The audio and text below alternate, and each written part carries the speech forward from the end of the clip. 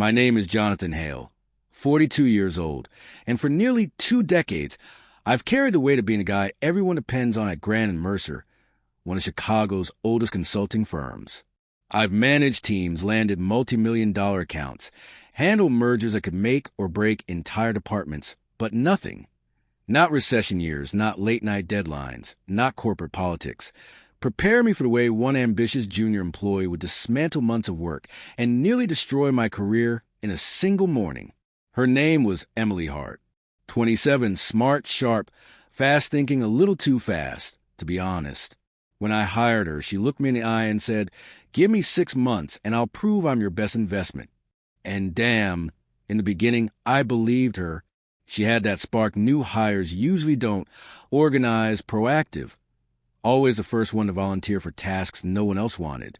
She even started staying late, matching my hours, pushing herself in ways I thought came from genuine ambition. But over time, something about her shifted. When our firm was invited to pitch to Corvax Industries, a tech manufacturing giant with a contract worth more than $18 million, I saw something new in her eyes. Hunger. Not the hunger to learn, but the hunger to lead. She wanted control of the one pitch that could define my entire quarter. Hell, my entire year. I spent 6 months building that proposal from scratch. 6 months of data modeling, financial projections, risk analysis. Night after night staring at glowing spreadsheets until my eyes blurred. And honestly, I never complained. That's what leadership is. You take the heavy load so your team can breathe. One night around 11 p.m., I was rubbing the back of my neck when I heard footsteps in the hallway. Emily, dark blazer, hair in a loose ponytail. Laptop tucked under her arm like she lived inside that building. "You should get some sleep," I told her. She smiled in that way people do when they're pretending to agree. "You're not going home, so why should I?" She sat down right across from me and folded one leg over the other, leaning back like she owned the room. "You know, Jonathan, if you let me lead the pitch, the client might relate to it more. Younger energy, new voice." I didn't look up immediately. When I finally did, I kept my tone calm. Experience matters in a presentation this big. She tilted her head, almost amused. Sometimes experience looks like old-fashioned thinking. That comment stung more than it should have, but I let it go. I told myself she was just ambitious. But then things started getting weird. I'd walk by the VP's office and see her inside laughing with him over coffee. I'd see her sitting with executives she didn't report to. She began accidentally joining meetings she wasn't scheduled for. Always smiling, always listening, always inserting herself. Then 2 weeks before the pitch, she walked into my office with a folder clutched to her chest like it contained state secrets. "I've made a revised version of our projections," she said. "I think it's more in line with what Corvax wants." My gut tightened.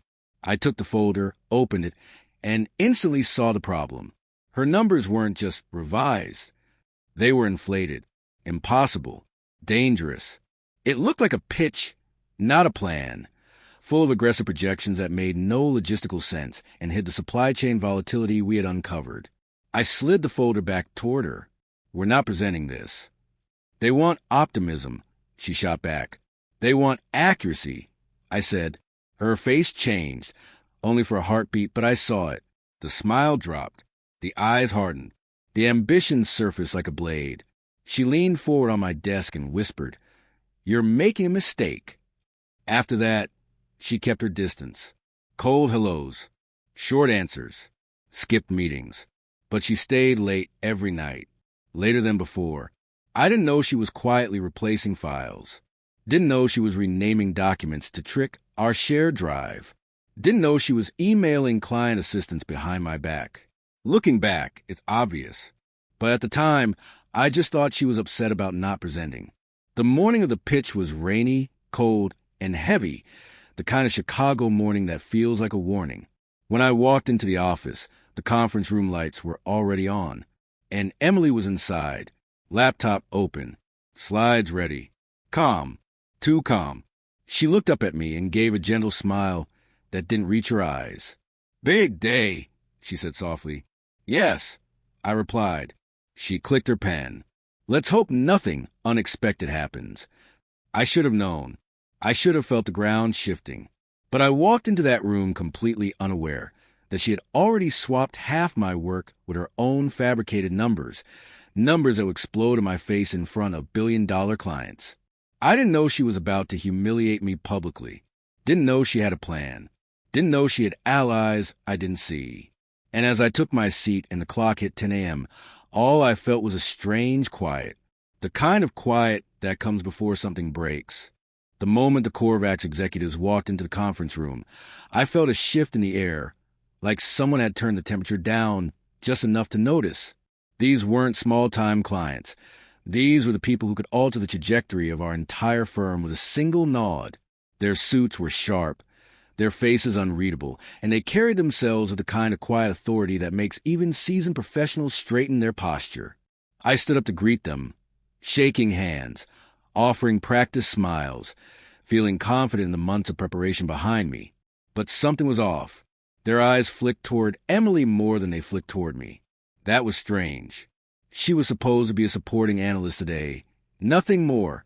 Yet she sat at the head of the table like she belonged there, fingers resting lightly on the touchpad of her laptop, as if waiting for a cue I didn't give. As everyone settled, I opened my binder and prepared to begin the presentation. Except the screen behind me lit up before I touched my remote. Emily had clicked the first slide, and it wasn't my slide. A bright, sleek title appeared. Coworker's Expansion, a bold forecast for a limitless future. Not my title, not my format, not my numbers. For a second, I convinced myself she had made some kind of mistake, opened the wrong file, clicked the wrong thing, maybe even panicked. But then she did something that made my heart thud against my ribs. She began talking. Good morning, everyone. Over the last several months, we've identified undiscovered profitability corridors within your Midwest operations. My name wasn't mentioned. My analysis wasn't referenced. My projections weren't anywhere on that screen. This wasn't an accident. This was an ambush. I tried to interject. Emily, that's not the presentation we prepared. But she kept going, louder, firmer, drowning my voice out before I could even finish the sentence. The VP of our firm, seated toward the back, gave a slow nod of approval that made bile rise in my throat. He knew, and he let her do this. The clients looked intrigued at first. Who wouldn't be?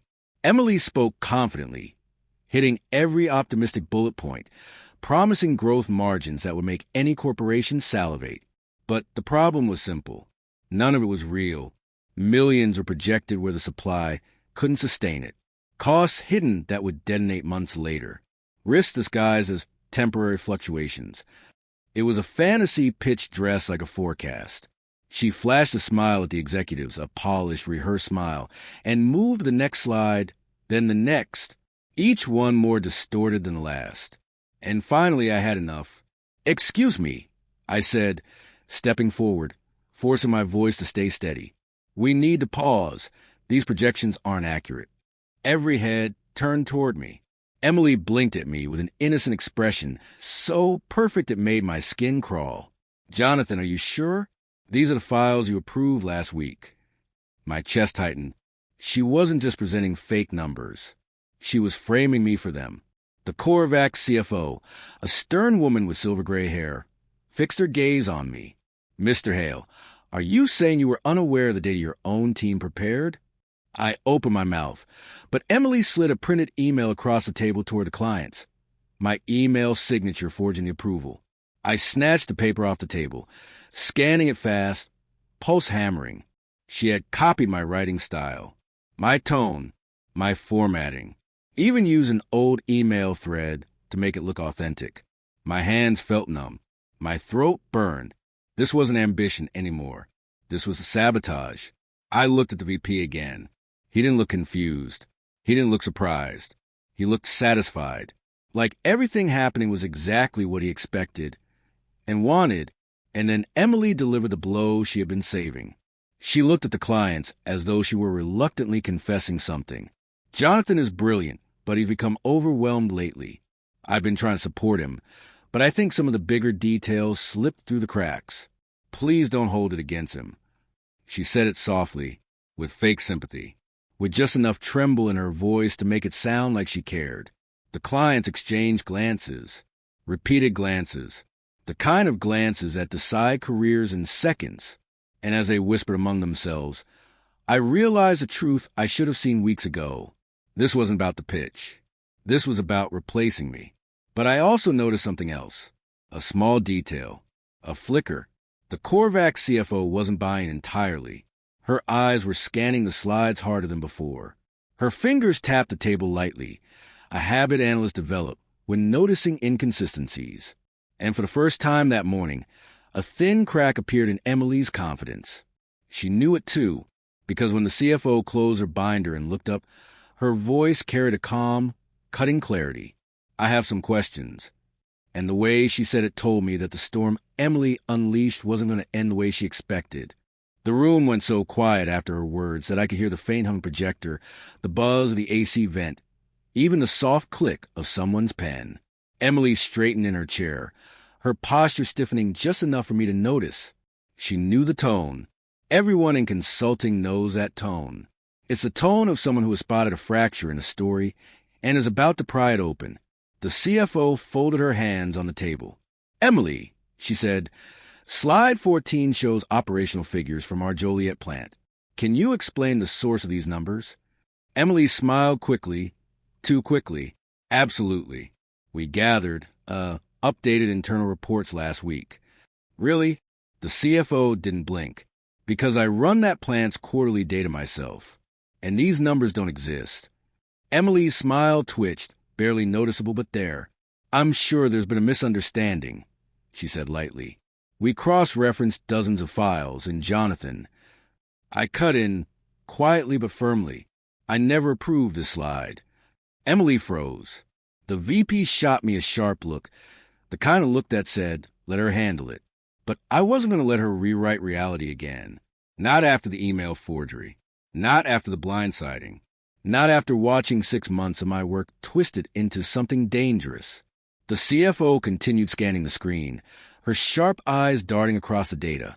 Let's move on, she said, to slide 19. This one interests me even more.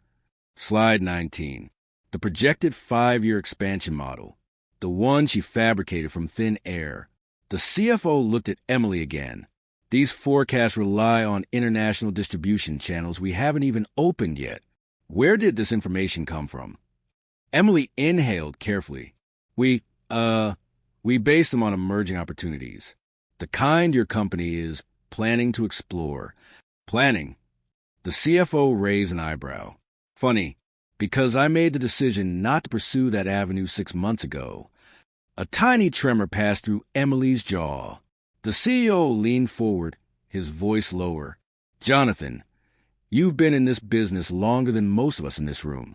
Do these projections look like something you would sign off on? Finally, a lifeline. I took a breath. Not a shaky, fearful breath, but one that felt like reclaiming gravity. No, I said simply, they don't reflect our research. They don't reflect your supply capabilities. And they certainly don't reflect anything my team or I would ethically present. The CFO nodded once, slowly, like a judge acknowledging the first truthful sentence of the morning. But Emily wasn't done. She opened her laptop, desperate now, her voice thin. I have supporting documents, if you'll just... The screen on her laptop flashed red, then black, then a spinning wheel. I didn't understand at first. Then I noticed a faint reflection on the glass wall behind her. A small notification. File access revoked. Someone had cut her access mid-meeting. The VP's face turned pale. He hadn't done it. And that meant only one thing. Corporate IT intervened. The CFO leaned back in her chair, arms crossed, watching Emily like someone observing an unraveling knot. This morning, she said coolly, we received an anonymous tip that your internal documents had been tampered with. My pulse surged. Anonymous tip? Who? Then I thought back. The receptionist. The night guard. A junior analyst I'd helped last month. Someone must have seen Emily switching things.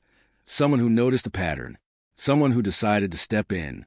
Before I could process the possibility, the CFO closed the folder in front of her. "We're pausing this presentation." Emily stiffened. "Wait, please, this is just miscommunication. I can—" "No," the CFO said flatly. "We've been in business for 50 years. We know what manipulated data looks like, and we know when a presenter is scrambling to cover tracks." The CEO stood. "Jonathan, we'd like to speak with you privately." And with that one sentence, the entire room shifted. Energy, hierarchy, everything. Emily's face drained of color.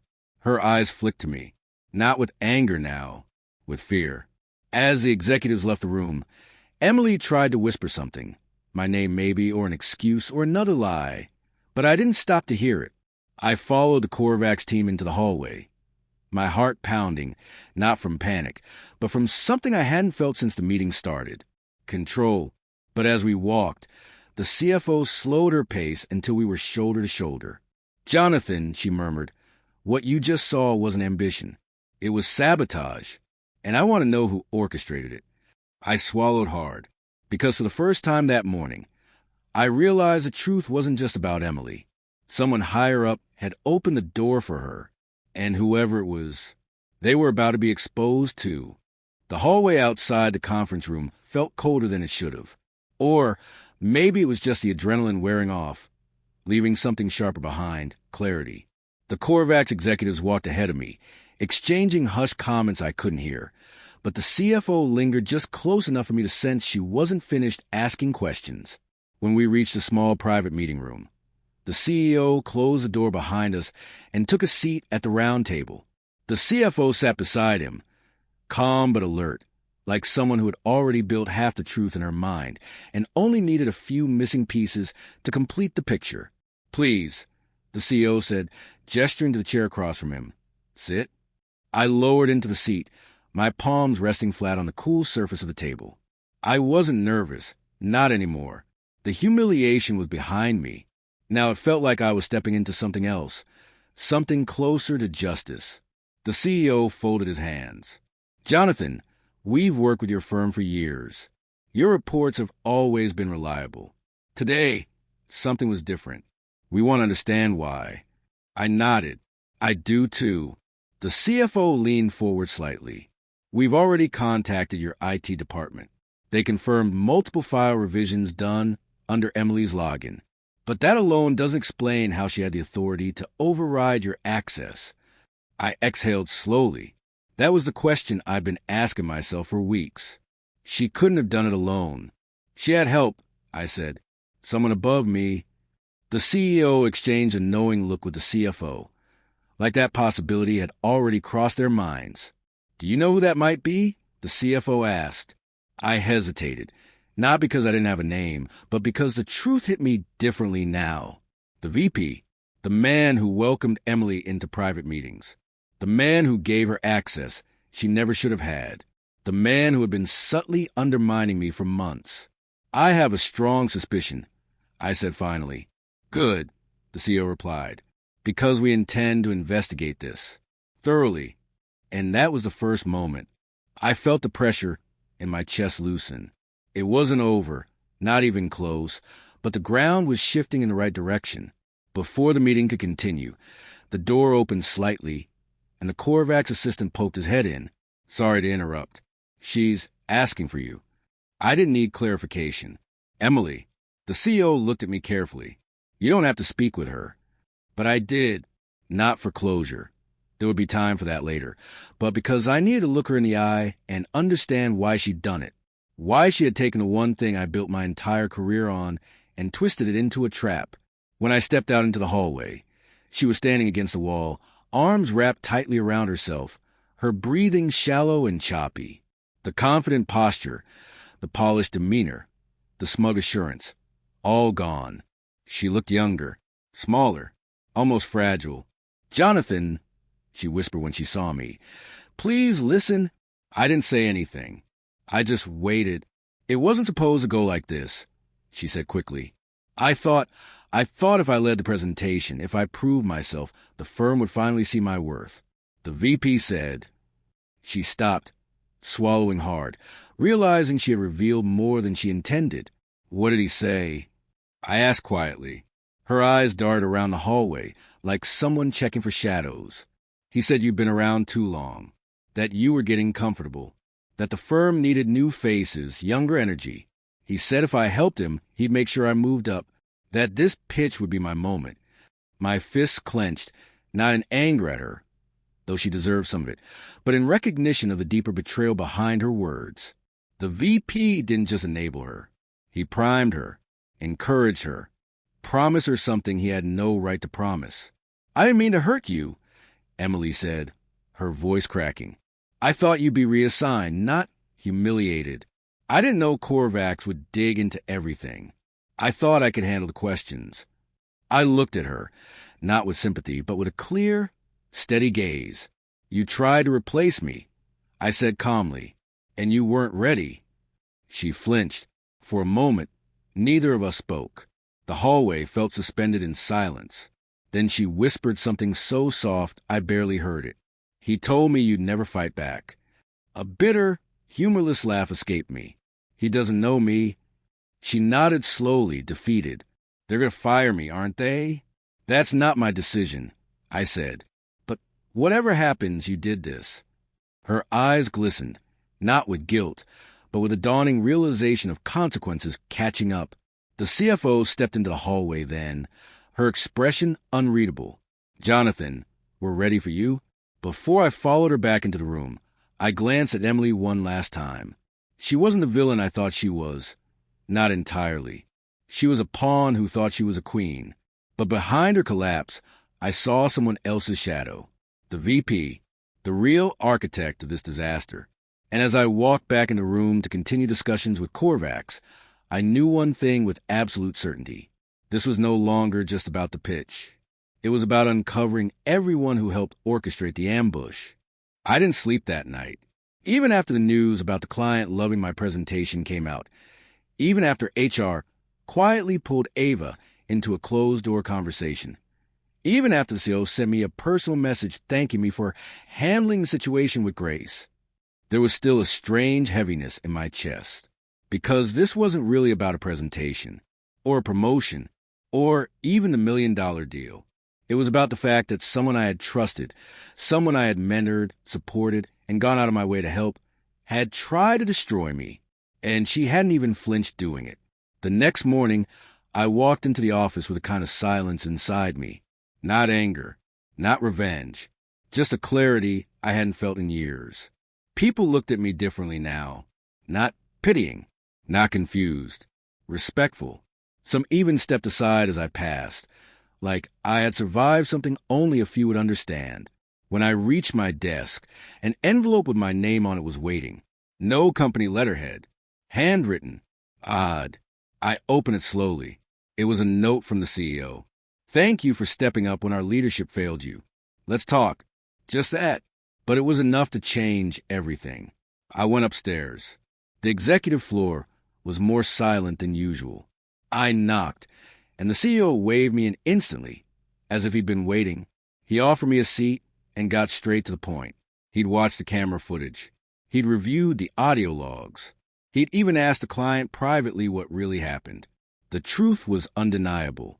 Ava hadn't just tried to humiliate me. She'd attempted career sabotage. Intentional, calculated, premeditated. And what saved me wasn't luck. It was that the client had already decided I was the one with integrity. When the CEO finished speaking, he looked at me with something like regret. I should have protected you sooner, he said quietly. Then he slid a paper across the desk. A new contract, a new title, a salary increase that felt surreal. And below it all, a note handwritten. You've earned a seat at the table, not because of today, but because you never lost your character. I swear, for a moment I couldn't breathe. It wasn't just validation. It was vindication. What happened to Ava? HR didn't fire her outright. Big companies rarely do. Instead, they place her on a performance correction plan, which was just a polite way of saying her leadership days were over. She was removed from key accounts, stripped of her project authority, transferred to a lower team under a manager who was notorious for strict discipline. when she saw me in the hallway later that week. She didn't smirk. She didn't glare. She couldn't even look at me, because she knew the truth now. Her methods would never compare to my work. Her shortcuts couldn't erase my consistency. Her ambition wasn't stronger than my ethics. And the people she tried to impress, they respected me more for surviving what she did. The client? He emailed me personally. Let me know when you're in New York again. I want you leading all strategic campaigns going forward. $1 million deal became a multi-million-dollar relationship for the company, for my career, for my future. All because I didn't break when someone tried to break me. The final moment, the last Friday of that quarter, the CEO called a company-wide meeting. He highlighted the deal. He celebrated the team. And then, unexpectedly, he said, "And I want to acknowledge someone who demonstrated exceptional leadership under extraordinary pressure." The room turned. Faces shifted toward me. My stomach tightened. Someone who proved that grit, honesty, and professionalism are worth more than loud voices or showmanship. People started clapping. I stood up slowly, heart pounding. Not because I wanted the attention, but because, for the first time in my career, I felt seen. Not for surviving humiliation. Not for finishing someone else's work, but for who I actually was. Someone who refused to quit. Someone who didn't trade integrity for approval. Someone who still rose, quietly, steadily, while others tried to pull him down. And as I stood there in front of hundreds of coworkers, I realized something. Ava didn't ruin my career. She revealed the truth about it. And that truth led me to the best place I'd ever been. Stronger, wiser, and finally respected.